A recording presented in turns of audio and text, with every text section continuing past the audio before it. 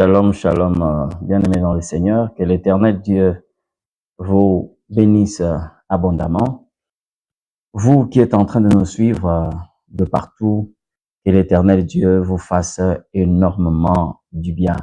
Alors, bien-aimés, c'est encore une opportunité pour nous de vous retrouver ce soir ou cette nuit, ça dépend de l'heure à laquelle vous êtes en train de nous suivre.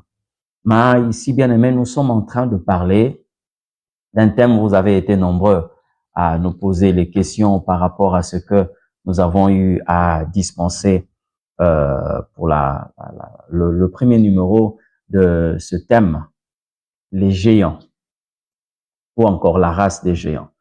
Nous sommes en train de parler de ces thèmes et je prie l'Éternel Dieu que vous soyez capables de capter ce que le Seigneur Dieu a mis en nous. Voilà, bien-aimés. Il était question des géants. Nous sommes en train de parler sur la race des géants. Je l'ai dit, vous avez été nombreux à poser des questions, mais je crois par la grâce de Dieu, aujourd'hui, nous allons essayer, par la grâce du Seigneur, de répondre à tout ce que vous avez eu à poser comme question concernant cette race dite de géants. Voilà, permettez-nous, bien-aimés, de prier avant que nous puissions commencer notre je dirais, direct de cette nuit. Permettez-nous de prier. Éternel Dieu Tout-Puissant, nous te rendons grâce. Merci pour ce temps merveilleux, toi qui as permis que nous puissions nous rencontrer avec ton peuple, Seigneur Dieu, cette nuit. Nous savons que tu es présent par le Saint-Esprit et tu nous communiques ta pensée afin que nous soyons un peuple bâti par ta parole et un peuple instruit par le moyen de la parole de l'Éternel Dieu et que nous puissions réellement être des disciples de Jésus-Christ, des disciples accomplis. Je prie que le Saint-Esprit de Dieu nous communique la capacité de saisir la pensée de Dieu et d'éloigner de nous tout ce qui est de l'ignorance, tout ce qui est de la naïveté. Dans le nom de Jésus-Christ, ainsi nous avions prié, nous disons Amen. Voilà, bien-aimés, que l'Éternel Dieu nous bénisse abondamment. Je le dis, lors de notre premier numéro, vous avez été nombreux, je dis bien nombreux, à nous écrire par rapport à cette matière que nous sommes en train de présenter. Je dirais ici, la race de géants. Bien-aimés dans le Seigneur, j'aimerais que nous puissions lire la parole de l'Éternel Dieu. Nous avons été d'abord dans le livre de Genèse et c'est là aussi nous allons normalement revenir parce que cette race nous est présentée dans le livre de Genèse chapitre 6, mais aujourd'hui nous allons lire le verset 5. La Bible dit ceci: L'Éternel vit que la méchanceté des hommes était grande sur la terre et que toutes les pensées des hommes, toutes les pensées de leur cœur, se portaient chaque jour uniquement vers le mal. Voilà, bien-aimés, c'est là où nous allons continuer cet enseignement sur la race des géants. Pour ceux qui ne nous ont pas suivis pendant notre premier exposé ou pour notre premier numéro, nous sommes en train de parler de la race des géants, une race qui a existé physiquement sur cette terre, mais qui existe jusqu'à aujourd'hui, parce que beaucoup de personnes, lorsqu'on parle de cette race des géants, les gens croient que c'est une histoire qui appartient désormais au passé. Et quand nous parlons de cette race, les gens se souviennent seulement de la période post-diluvienne, donc la période qui est venue avant les déluges. Et les gens se disent, voilà, c'est des êtres qui ont existé, tels que la Bible est en train de nous le présenter. Ils étaient géants, ils étaient forts, ils étaient furieux, dotés d'une méchanceté extrême. Et c'est pourquoi Dieu a décidé de mettre fin à l'existence de ces êtres par les moyens des eaux du déluge. Bien aimés, nous ne sommes pas en train de contredire cette vérité, mais sauf que si vous croyez que cette race appartient désormais au passé, c'est que vous êtes en train de faire une très grosse erreur. D'abord, avant que nous puissions continuer, permettez-moi ici de présenter mes condoléances à toute la communauté catholique, toute la communauté de l'Église catholique. C'est vrai qu'il y a aussi des gens qui nous suivent, qui font partie de l'Église catholique. Et ici, nous saisissons cette opportunité pour leur présenter nos sincères condoléances par rapport à la disparition du pape qui est parti. C'est vrai que la mort, c'est le chemin de tout le monde. Alors, nous saisissons cette opportunité, comme je l'ai dit, pour leur présenter nos sincères condoléances. Mais bien aimés dans le Seigneur, ici, il est question, comme je l'ai dit, de la race de géants.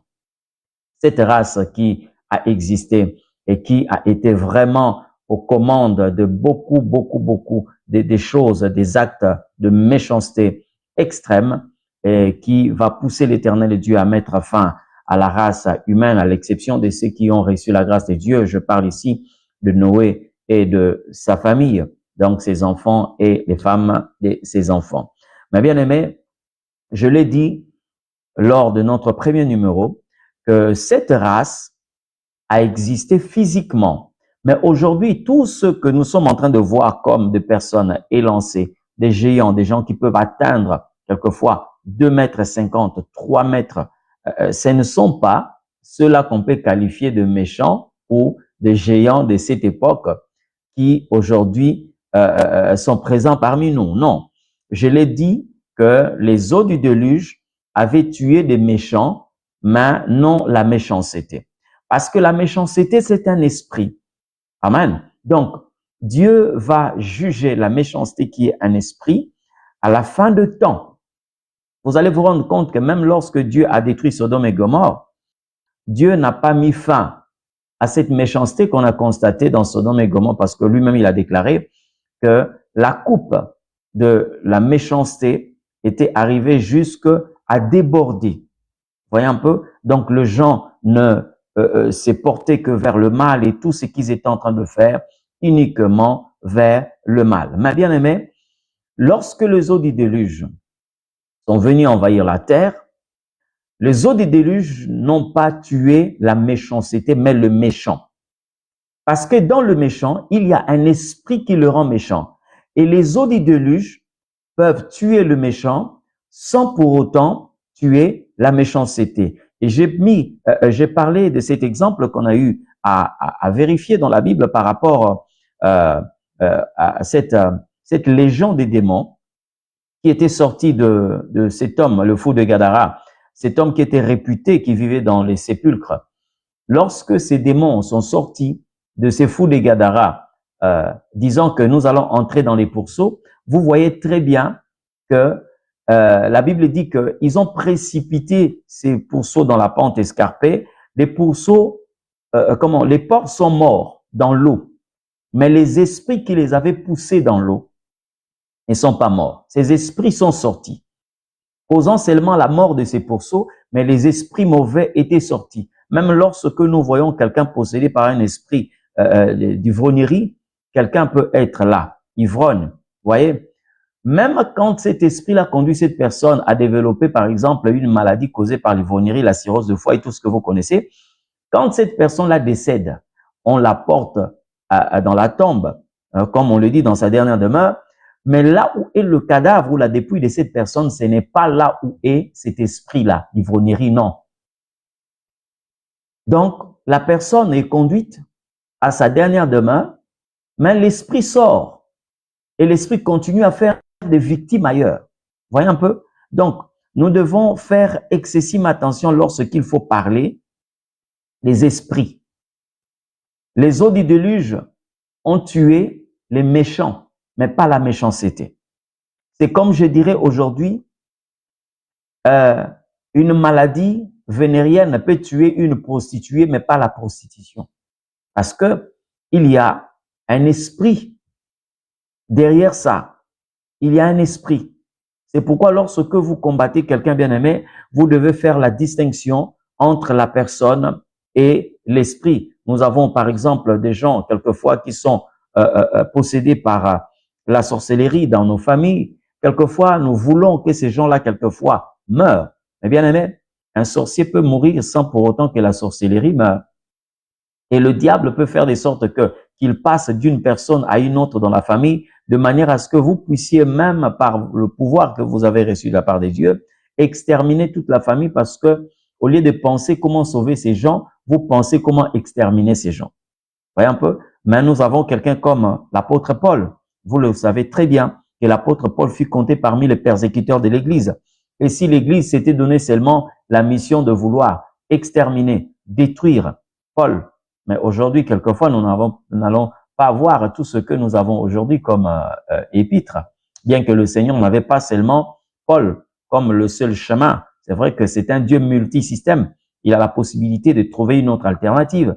Mais le Seigneur a trouvé bon d'utiliser Paul parce que il fallait séparer le sol qui était persécuteur et l'esprit qui les rendait persécuteurs. Dès que l'esprit a quitté Paul, Dieu l'a utilisé comme son instrument pour le servir. Mais bien aimé, ce n'est pas là notre matière de ce soir. Aujourd'hui, nous parlons de cette race des géants. Je l'ai dit, aujourd'hui, ils sont parmi nous, des géants. Mais nous ne les identifions pas par la taille, mais nous les identifions par les actes. Aujourd'hui, ces géants peuvent avoir une taille normale, mais poser des actes qui sont commandités par ces esprits. Et comment le savoir? La Bible, je l'ai dit lors de notre précédent numéro, je l'ai dit que ces gens-là avaient une méchanceté qui dépassait la norme. On peut trouver des méchants, mais sauf que quand on a regardé ces gens, même les hommes se sont rendus compte que cette cruauté-là, un humain, même quand il est méchant de nature, quelqu'un ne peut pas atteindre ces niveaux-là. Mais eux, ils dépassaient ces niveaux-là. Ils étaient tellement méchants, tellement cruels. Et aujourd'hui, bien aimés, il y a de ces gens qui posent certains actes lorsque vous posez la question de savoir, est-ce qu'un homme peut arriver jusqu'à ces niveaux? Est-ce qu'un homme peut atteindre cette dimension de méchanceté? Et j'aime une parole que la Bible est en train de répéter ici, en disant que l'Éternel a constaté que chaque jour, les hommes ne se dirigeaient que vers le mal. Et aujourd'hui, lorsque vous regardez notre société, vous allez vous rendre compte que ce que les gens qualifient aujourd'hui d'avancée technologique, en réalité, bien aimé, c'est le mal qui se développe. C'est comme s'il y a une perfection du mal. Le mal ne fait que se perfectionner. Les gens ne font que avancer, développer leur manière de nuire aux autres. Regardez bien aimé lorsque vous voyez la manière dont les hommes, je ne le souhaite pas, mais quand vous assistez par exemple à un accident, vous voyez comment est-ce que l'homme est tellement fragile qu'il peut perdre quelquefois la vie en quelques secondes. Mais regardez la manière dont les hommes fabriquent des armes biologiques qui peuvent plonger l'homme dans une souffrance atroce. Des choses qui exterminent un grand nombre des grandes populations. Parce que les gens ont besoin quelquefois des intérêts mesquins. Des choses que nous allons laisser, mais quand vous regardez la manière dont les hommes sont en train d'afficher leur méchanceté, leur cruauté, vous posez la question de savoir, est-ce qu'un homme normal peut agir de la sorte? Mais bien aimé, laissez-moi vous rappeler quelque chose.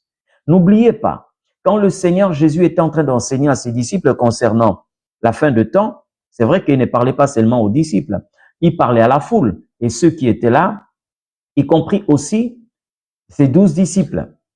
Ils lui ont posé la question de savoir quand est-ce viendra la fin.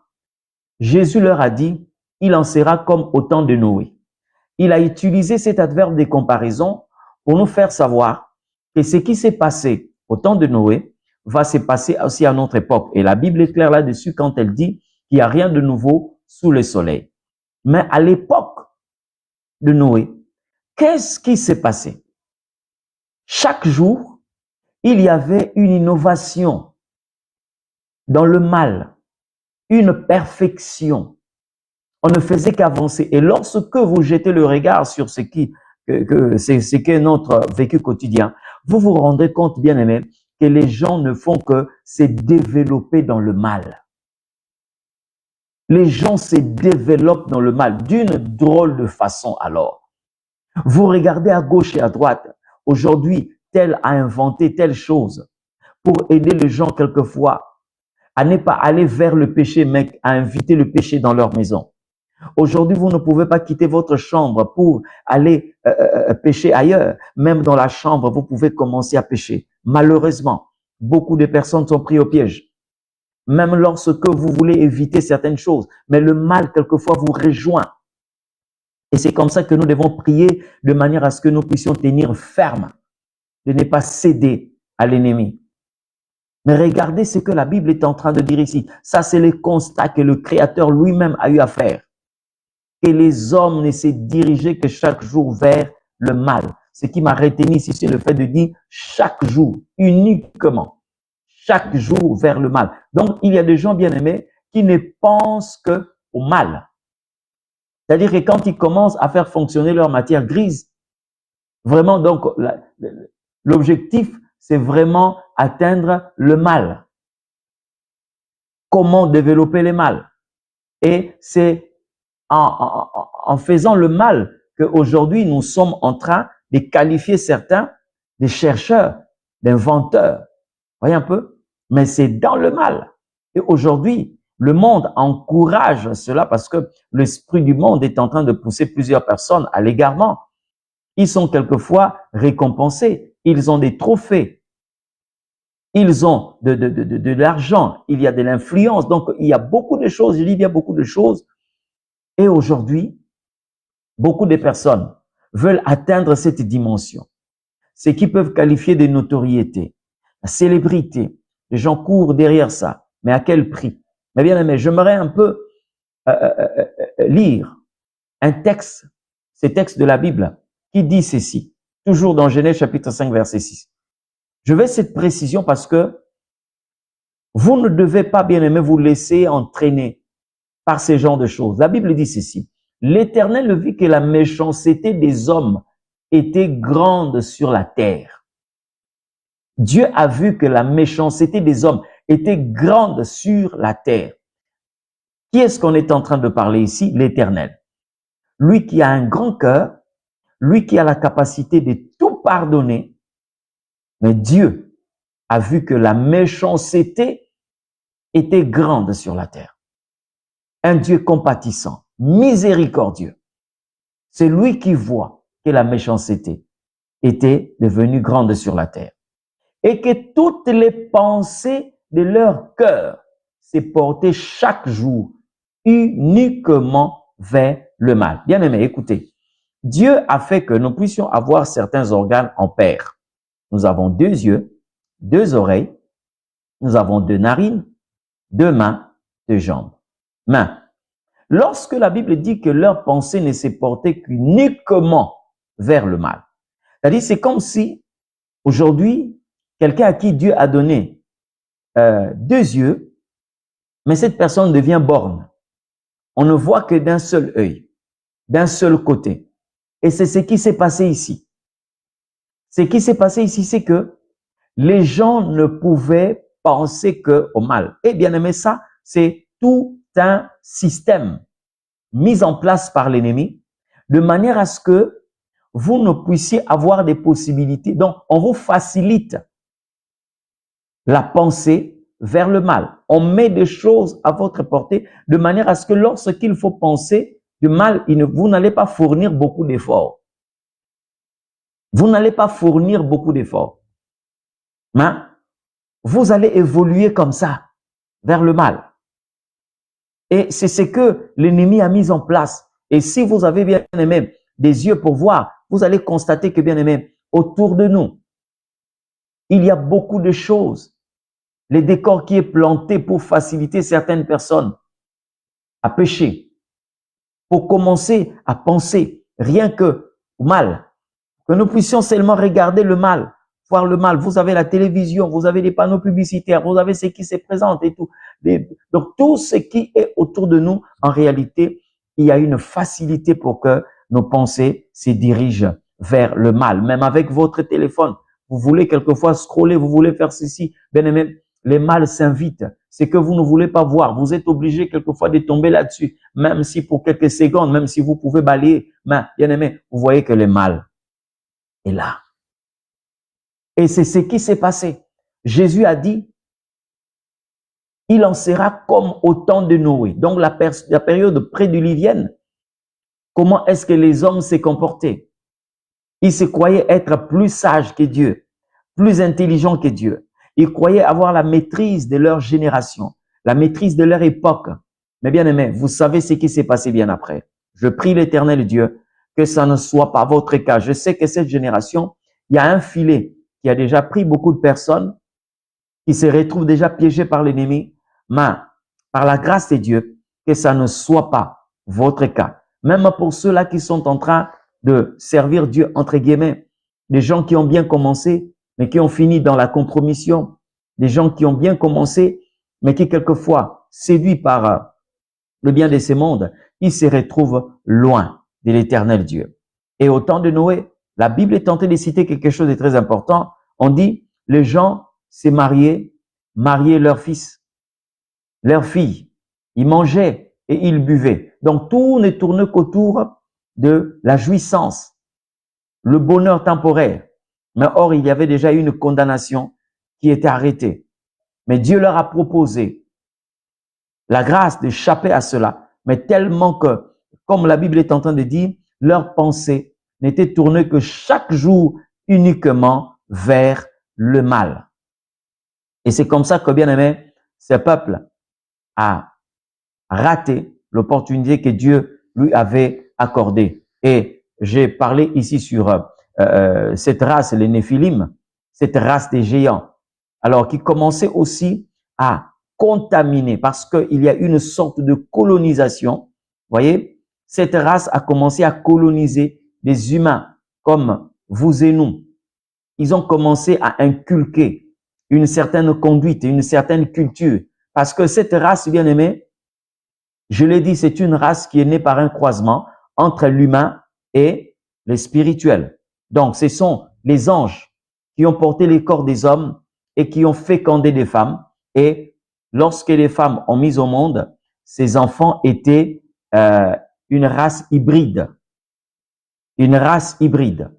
C'est-à-dire que d'un côté, il y avait la sémence spirituelle, des êtres spirituels qui ont été créés de manière à vivre seulement comme êtres spirituels, mais qui par la convoitise avaient pris des corps et ils se sont associés aux filles des hommes. Et ces Néphilim ont existé parmi les hommes. Mais malheureusement, quand la Bible parle de cette méchanceté, on ne parle pas seulement de Néphilim.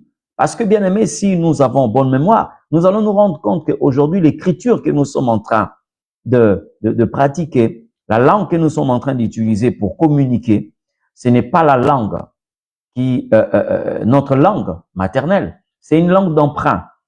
Elle est venue comment? Par la colonisation. Alors, un peuple qui est venu la coloniser un autre peuple, et ce peuple a pris les habitudes de ce peuple et même le vestimentaire, le cosmétique et tout. Nous avons commencé à vivre par rapport à ce peuple. Et c'est ce qui s'est passé ici. Donc, ces méchants ont commencé à coloniser, à inculquer, à transmettre leur caractère, leur culture au peuple qui était sur la terre. Et c'est comme ça que l'Éternel Dieu va se rendre compte. Au lieu que le peuple puisse copier ce qui était bien, et le peuple commençait à se diriger vers le mal. Voyez un peu? Alors, même aujourd'hui, bien-aimés, il y a de ceux qui ont reçu cette mission. Et cette mission, aujourd'hui, est en train de nous être communiquée, ou cette culture est en train d'être communiquée aux hommes par les moyens de la télévision, tout ce que vous connaissez, le média et tout. Vous imaginez, bien-aimés, il y a des programmes très bien établis qui ne vous parlent que du luxe terrestre. Et si vous n'avez pas le deux pieds sur terre et que si vous n'êtes pas affermi, équilibré, vous allez commencer seulement à penser à votre vie sur cette terre. Mais n'oubliez pas, même si le Seigneur nous a donné la vie sur cette terre, c'est pour nous aider à préparer notre éternité. Sur cette terre, nous avons un temps court, mais l'éternité, vous comprenez un peu. Donc, vous ne pouvez pas courir le risque de détruire votre éternité pour ces laps de temps que l'Éternel Dieu nous a donné sous le soleil. Moïse a vécu 120 ans sur terre, mais il vit éternellement avec Dieu. Abraham en a vécu autant. Tous ceux-là qui nous ont précédés dans la foi, qui ont marché dans la crainte de Dieu, mais vous ne pouvez pas aujourd'hui, bien-aimés, pour, je ne sais pas, 50 années de bonheur, entre guillemets, c'est que la Bible qualifie de vaine gloire. Je ne suis pas contre la richesse, contre je sais pas le luxe ou comment là. Non, je suis pas contre ça. Mais il faut que ça vienne de Dieu et que ces luxes-là ne soient pas en échange avec votre éternité. Vous voyez, que votre salut ne soit pas échangé à cette gloire passagère. Parce que bien aimé, la Bible est en train de dire tout passera. Je dis bien tout passera. Des gens qui ont eu des gratte-ciel, des gens qui ont eu des Sheraton, mais qui, au dernier jour, se sont retrouvés dans un caveau, un peu, dans un trou de 1 mètre sur 2 mètres, dans une caisse, enterrée, sans limousine, sans, je sais pas, Lamborghini, sans tel costume, sans tel... Et les vers ont commencé à le ronger. Faites attention. Alors, ces méchants, je l'ai dit bien aimé, ces géants, ils ont plusieurs missions. C'est comme ça que vous verrez des gens qui ont déjà entendu parler du Christ, mais qui chaque jour ne pensent que à leur vie terrestre. J'ai même entendu quelqu'un dire que dans leur église, ils ne parlent pas de la vie éternelle. Ils ne parlent que de la gloire terrestre. Bien aimé, si une église ne vous parle que de la gloire terrestre ou de la vie terrestre, alors faites attention. Faites excessivement attention. Parce que Jésus, même quand il a fait cette promesse, il a dit, vous recevez présentement et dans les siècles à venir. Il faut toujours chercher là où on va vous aider à être équilibré. Quand vous êtes en train de recevoir sur cette terre, vous devez aussi vous préparer pour votre éternité. Lorsque vous regardez dans la Bible, quand Jésus-Christ a parlé sur la parabole du pauvre Lazare et le méchant, le mauvais riche, il a dit quelque chose de très important qui nous fait savoir que le riche pouvait saisir cette vie terrestre pour préparer son éternité. Parce que Abraham lui a rappelé ça dans le séjour des morts, en disant que souviens-toi que sur cette terre, tu étais en paix, tu vivais une bonne vie, hein, tu menais bonne vie, mais lui, il avait des maux, il souffrait. Mais maintenant que toi, tu es dans la souffrance, lui, il est consolé. Or, je l'ai dit une fois, la pauvreté n'est pas un visa pour que vous puissiez gagner le royaume des cieux. Mais la richesse aussi n'est pas un élément qui vous permet d'aller en enfer. Non. Dieu n'est pas contre la richesse et Dieu n'est pas pour la pauvreté. Lorsque la Bible dit l'or et l'argent lui appartiennent, ces versets ne veulent pas dire l'or et l'argent. Non, ces versets-là veulent tout simplement dire les riches et les pauvres appartiennent à Dieu. Voyez? Parce que l'or a plus de valeur que l'argent. Donc, la vraie interprétation de ces textes veut dire ceci, le riche et le pauvre appartiennent à l'Éternel. Ou encore, l'Éternel a créé les riches et il a créé aussi les pauvres. Tous sont une créature de l'Éternel Dieu. Alors, bien-aimés, nous devons faire excessivement attention. Cette race existe parmi nous. Et vous devez éviter de sorte que vous ne puissiez pas être colonisé par cette race au risque de perdre votre éternité. Beaucoup de personnes aujourd'hui ont été colonisées par cette race de manière à ce que chaque jour quand vous vous levez, vous ne voyez que la vie présente. Vous ne pensez pas à votre éternité. Vous ne voulez que recevoir sur cette terre à tout prix. Quel que soit le prix à payer, l'essentiel est que l'on puisse voir que vous avez régné, que vous avez eu un nom, que vous vous êtes positionné dans la vie sans pour autant savoir que au cimetière, comme quelqu'un l'a dit, c'est l'endroit le plus riche, là où les gens qui étaient des présidents, je sais pas, des conseillers, des hommes influents, des femmes influentes, mais qui aujourd'hui sont réduits en silence. Faites attention. Cette race existe.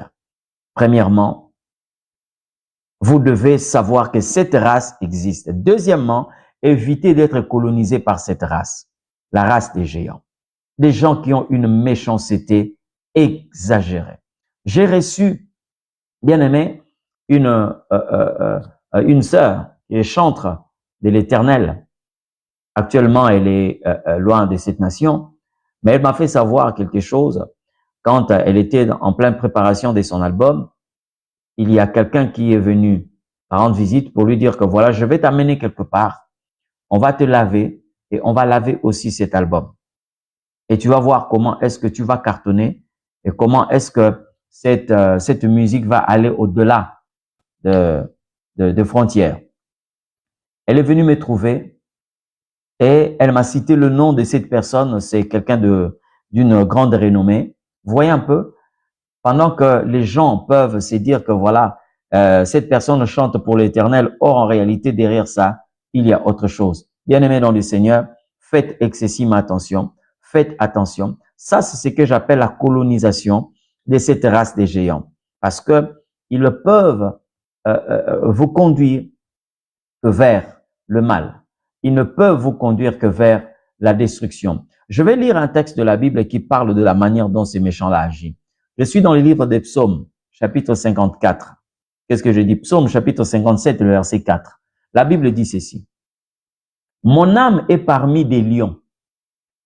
Je suis couché au milieu des géants, plutôt au milieu de gens qui vomissent la flamme, au milieu des hommes qui ont pour dents la lance et les flèches, et dont la langue est un glaive tranchant.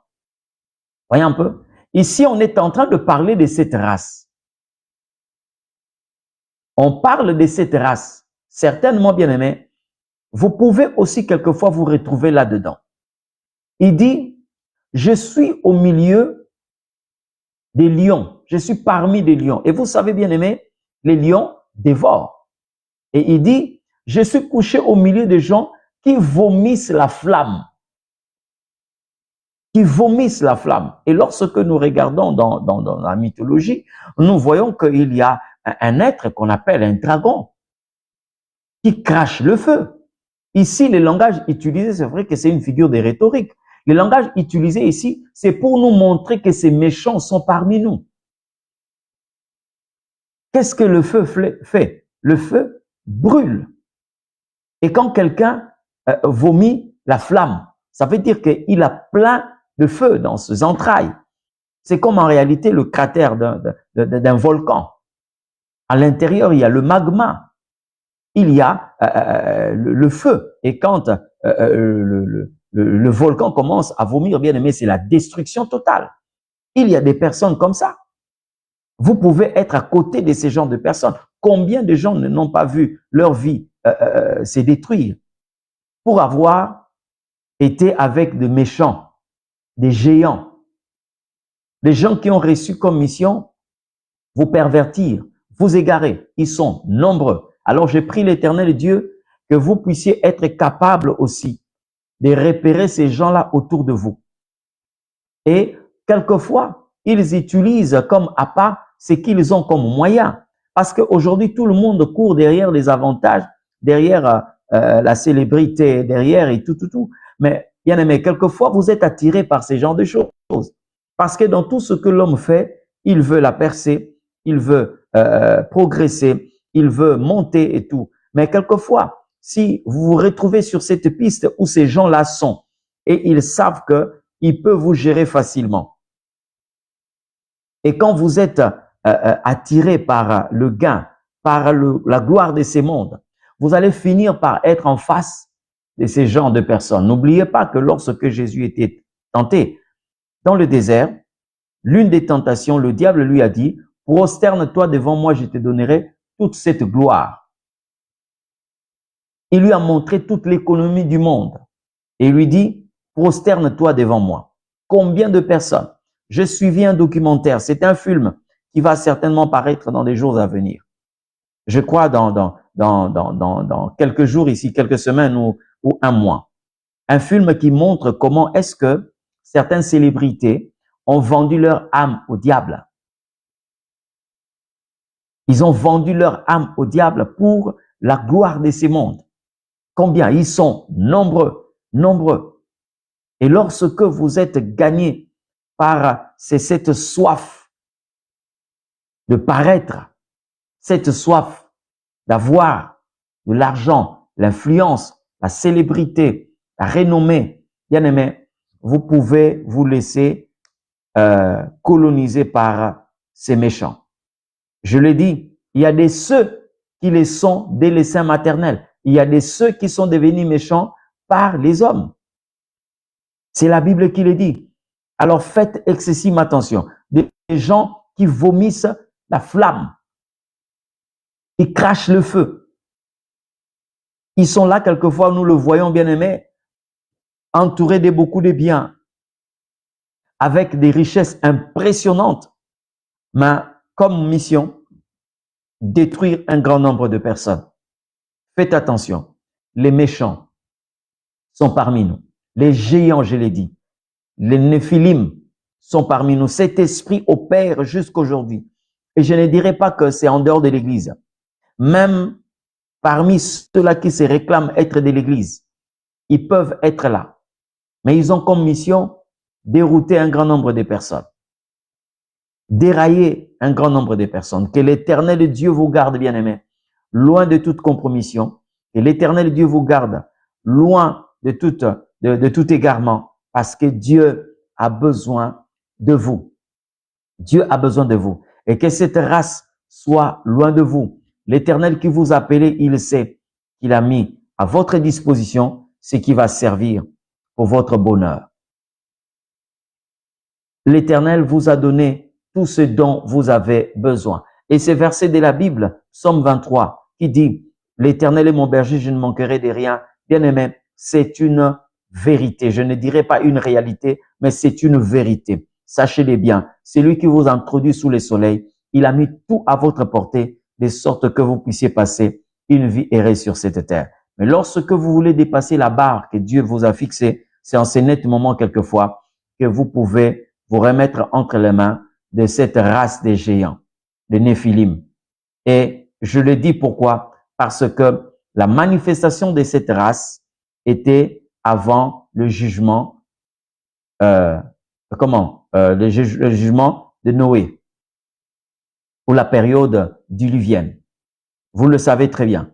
Et la manière dont les choses sont prononcées, les choses sont présentées dans le calendrier divin, vous allez vous rendre compte qu'avant le retour de Christ, cette race va aussi opérer d'une drôle de façon. Et nous sommes déjà à cette période où cette race est en train de travailler, la race des géants. Parce que il suffit seulement que vous puissiez avoir le thermomètre des dieux, mesurer la température du péché. Vous allez vous rendre compte, bien-aimés, la méchanceté atteint un niveau très élevé.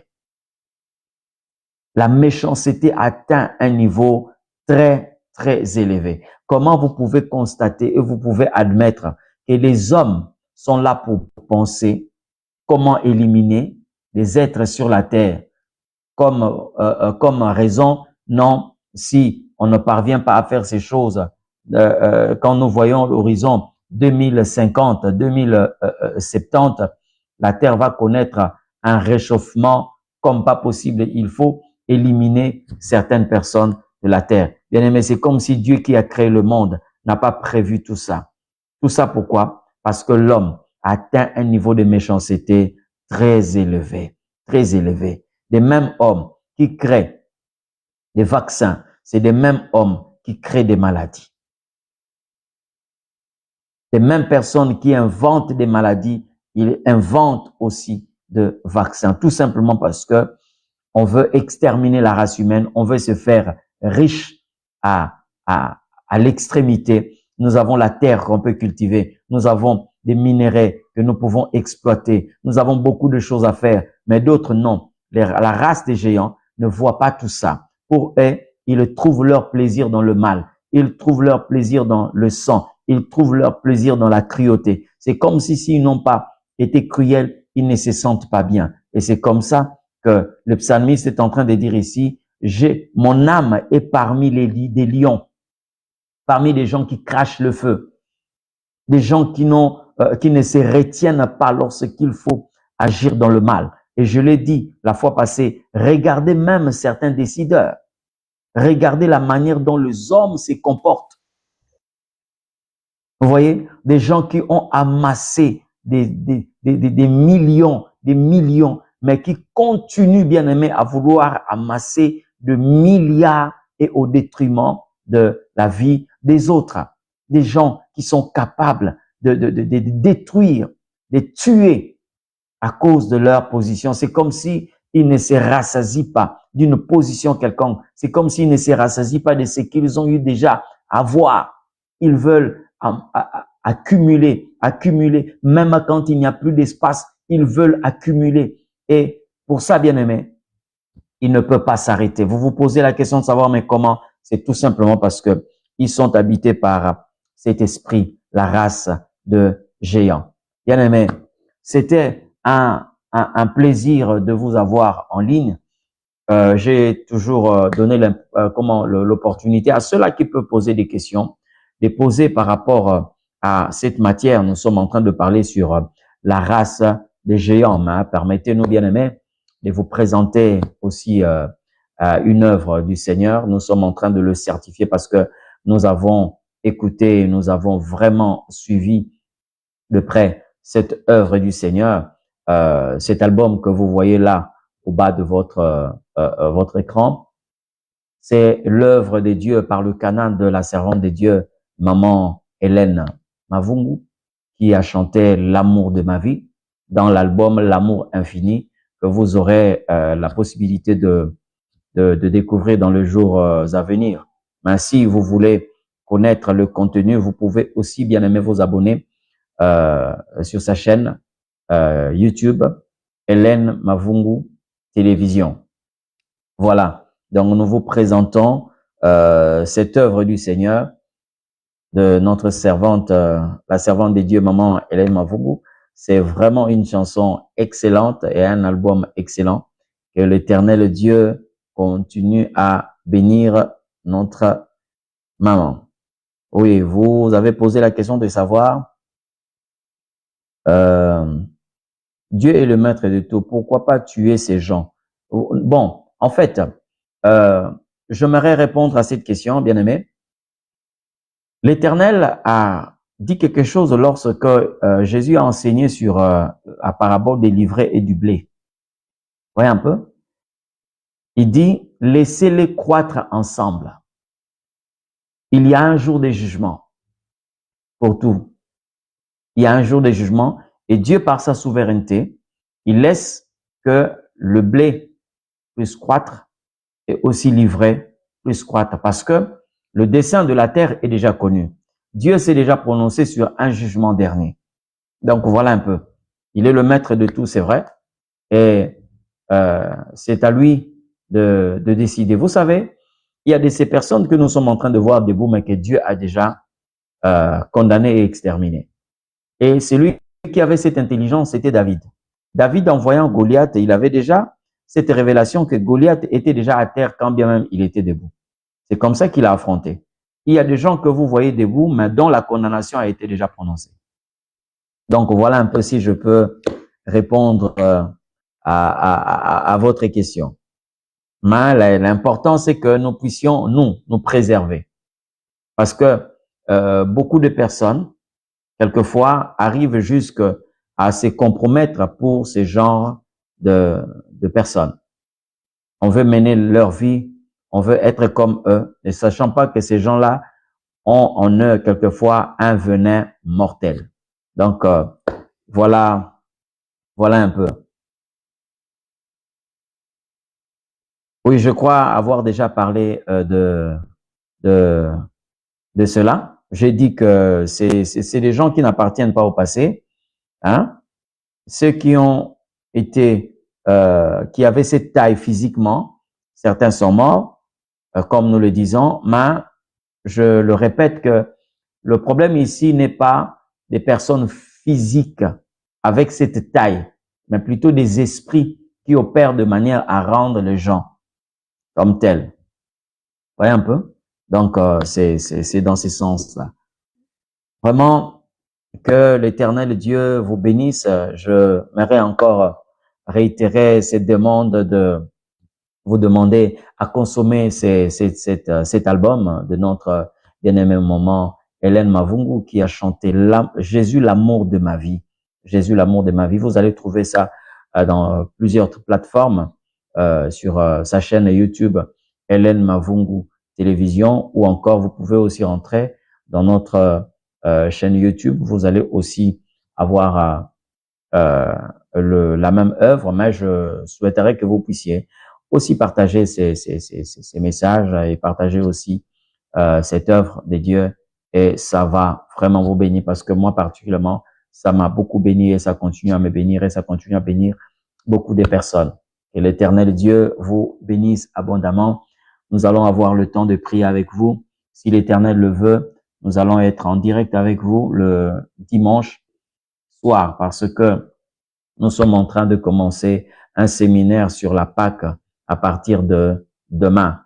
Donc, nous allons commencer un séminaire de la Pâque dont le thème est « Vous mangerez l'agneau et vous sortirez ». Donc, que l'Éternel Dieu vous bénisse abondamment. Seigneur Dieu, je prie pour ton peuple dans le nom de Jésus-Christ. Je prie que ta main soit sur nous comme elle a toujours été. Mais Seigneur Dieu, que tu nous préserves, Seigneur Dieu Tout-Puissant. Tu l'as dit dans ta prière sacerdotale, Père, je t'ai pris pour n'est pas que tu puisses le ôter du monde, mais de le préserver. Seigneur Dieu, en écoutant ces genres de choses, nous prions que tu nous préserves, Seigneur Dieu Tout-Puissant, que tu nous préserves, grand Dieu, que tu nous préserves de ces vents d'égarement, de ces vents de compromission. Nous savons que, Seigneur, si tu protèges, nous avons la garantie, éternelle, notre Dieu, de nous protéger. Nous avons la garantie, Seigneur, de vivre cette protection sans faille dans le nom de Jésus. J'en profite ici, Seigneur Dieu, pour prier pour ceux qui sont malades, que tu leur accordes la guérison, et c'est là dans le nom de Jésus. Bénis encore une fois de plus ton Église. Protège, éternel Dieu, tous tes serviteurs. Éternel, je sais qu'un vent qui souffle, voulant emporter ses serviteurs, mais éternel notre Dieu, tu es celui qui protège, qui sécurise ton héritage. Merci Seigneur pour cette nuit. Nous te prions, Père, que tu accordes à cette nuit cette grâce, éternel notre Dieu, d'être une nuit de visitation. Une nuit de visitation où nous aurons l'opportunité, Seigneur, d'être visités par le céleste, d'être visités par les divins. Et c'est là dans le nom de Jésus. Bénis ton peuple, bénis nos pays et bénis encore cette nuit dans le nom de Jésus. Ainsi nous avions prié et nous disons Amen. Que l'Éternel Dieu vous bénisse abondamment. Merci et à la prochaine.